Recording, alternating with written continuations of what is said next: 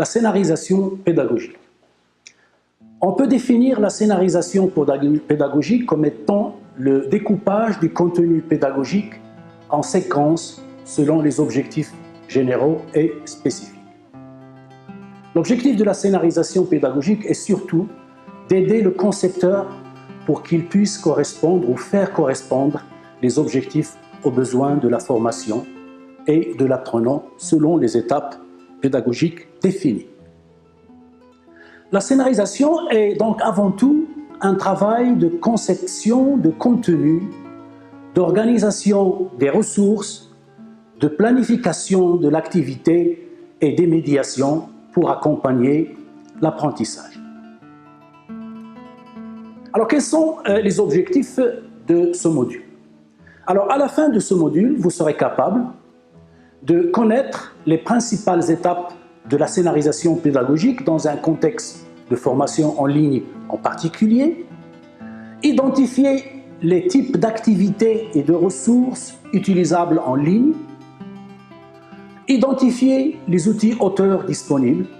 Alors, les étapes de la scénarisation. Alors, la première étape consiste à découper son contenu de cours en unités pédagogiques. C'est ce qu'on appelle le scénario global. Alors, chacune de ces unités sera ensuite scénarisée. Alors, en fonction de son objectif pédagogique, on détermine les activités qui permettront d'atteindre l'objectif et l'on conçoit les ressources nécessaires à la réalisation de ces activités. Découper son contenu en unités homogènes, ce qu'on appelle les grains pédagogiques. Concevoir le scénario de chaque grain, donc les activités qui permettront d'atteindre l'objectif. Créer des ressources qui permettront de réaliser ces activités. Alors, commençons par le scénario global du cours. Alors, cette étape consiste à découper votre cours en unités pédagogiques, des leçons, des modules, des chapitres. On utilise le terme générique de grains pédagogiques. Alors, bien sûr, ce découpage est probablement déjà réalisé, au moins en partie, dans votre synopsis ou votre programme de formation. Alors, il a pour point de départ une analyse des besoins. Quels sont les objectifs? Quels sont les contenus pédagogiques? Quelles sont les modalités de formation? Quel est le public cible et quelles sont ses caractéristiques? Niveau, compétences, etc. Quelles seront les situations pédagogiques? Donc, lorsqu'on parle de grains pédagogiques, on parle de granularisation. Alors la granularisation, c'est simplement le découpage du cours en unités appelées grains pédagogiques. Alors, cette granularisation correspond donc au fait de structurer entièrement le contenu de la formation. Alors, qu'est-ce qu'on entend par grain pédagogique? Donc, dans le sens pédagogique du terme, c'est tout simplement le plus petit élément dans lequel on découpe un cours ou un programme de formation. Alors, le grain pédagogique correspond à un objectif pédagogique bien identifié. Il constitue en lui-même une unité cohérente et autonome. Ensuite, il contient l'ensemble du contenu et des activités pédagogiques pour atteindre l'objectif.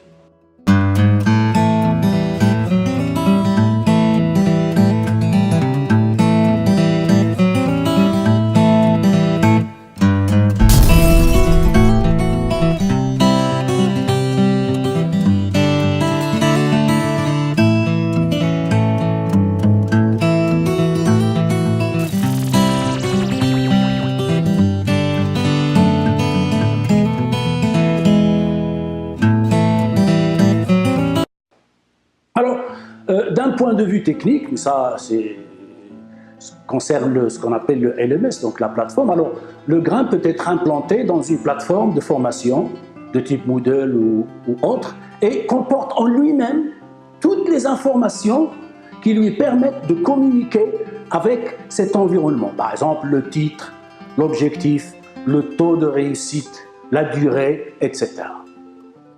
Alors, la démarche, quelle est la démarche? Tout d'abord, formuler les objectifs. Alors, chaque grain doit correspondre à un objectif précis et clairement formulé.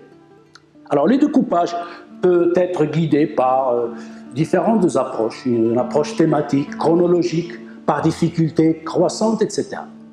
Alors, la question à se poser alors est que devront savoir et savoir-faire les apprenants à la fin de ce grain? Ensuite, définir les activités. Alors, chaque grain doit comporter une ou plusieurs activités conçues pour atteindre les objectifs. Alors, la question à se poser est comment les apprenants vont-ils apprendre et s'exercer? C'est de là qu'il faut prévoir l'évaluation. Alors, il doit être possible d'évaluer l'atteinte de l'objectif, ça c'est important.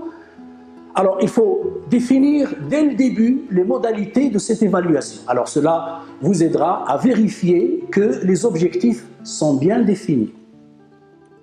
Alors, scénariser un grain pédagogique, c'est déterminer donc les activités que devront réaliser les apprenants en fonction de l'objectif défini, comme on vient de dire, et concevoir leur parcours au travers de ces activités.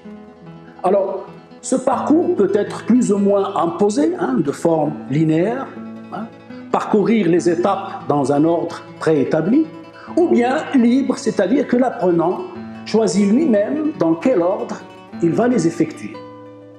Alors, les plateformes d'enseignement à distance, généralement, favorisent la conception de parcours libres, donc s'appuyant sur l'autonomie des apprenants.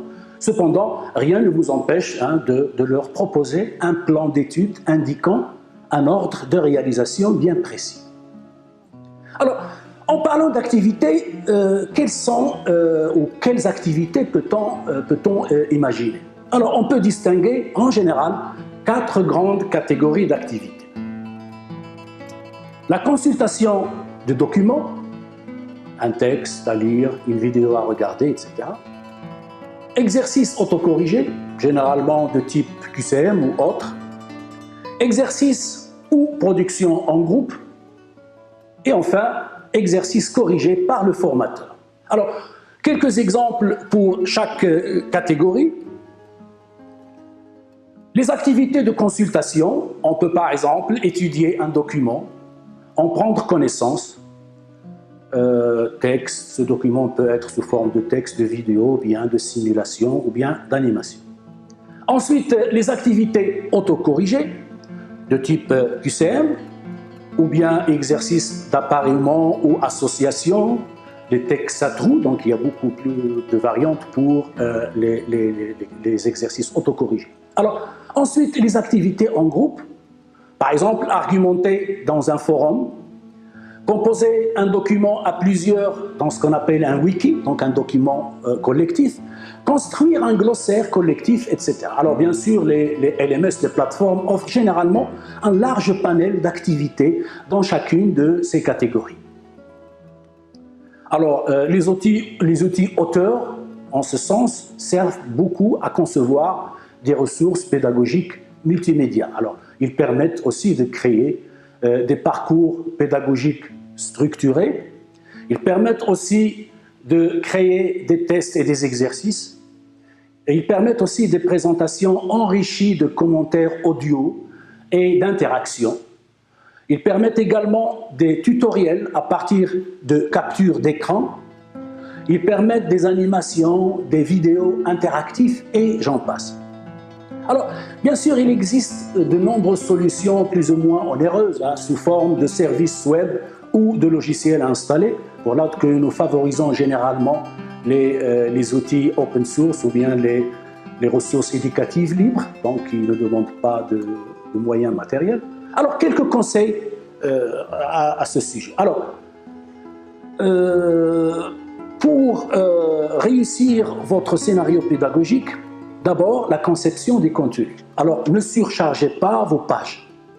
C'est-à-dire que l'information doit être lisible, claire et contenir des repères visuels pour en faciliter la lecture.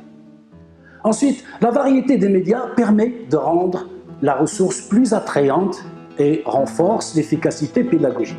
mais il faut veiller à leur cohérence et à leur pertinence. C'est-à-dire que chaque élément présent doit avoir du sens pour l'apprenant et servir l'objectif pédagogique. En ce sens, il faut éviter des éléments parasites sans rapport directement avec le contenu. Ensuite, éviter d'avoir plusieurs médias actifs en même temps. Par exemple, une animation et une vidéo ou un texte à lire et un commentaire audio différent. Ensuite, chaque apprenant doit pouvoir réaliser l'activité à son rythme. C'est-à-dire, dans le cas d'une vidéo ou d'un son, par exemple, il faut prévoir une barre de commande permettant de faire une pause, de revenir au début, etc. Alors, les activités autocorrigées également, il faut bien les soigner, donc elles occupent une place importante dans les dispositifs de formation, en ligne surtout. Alors, elles permettent de s'approprier les contenus au-delà de la simple prise d'information. Ils permettent également de vérifier sa progression dans un contexte où les retours directs de la part du formateur ne sont pas toujours possibles, notamment le cas des MOOC. Alors les consignes doivent être précises et explicites. Il faut éviter également les formulations ambiguës ou doublement négatives, comme par exemple « laquelle de ces propositions n'est pas incorrecte ». Alors les questions doivent aussi correspondre à l'objectif et au niveau annoncé. Donc éviter par exemple des questions pièges qui ne feraient que décourager les apprenants. Alors dans le cas d'un QCM, la bonne réponse ne doit pas sembler évidente, du simple fait de sa formulation. Ensuite, rédiger avec soin les rétroactions, ce qu'on appelle les feedbacks. Ce sont les commentaires affichés en retour des réponses données. Alors justement, à propos de ces rétroactions ou ces feedbacks, il faut les formuler de façon constructive. Non pour stigmatiser une erreur, mais pour permettre de la corriger et de progresser. Dans ce sens, il faut apporter des éléments de compréhension, inviter à revoir une partie du cours, etc. Alors, ces rétroactions prennent une importance toute particulière lorsque les activités sont conçues dans un objectif de découverte.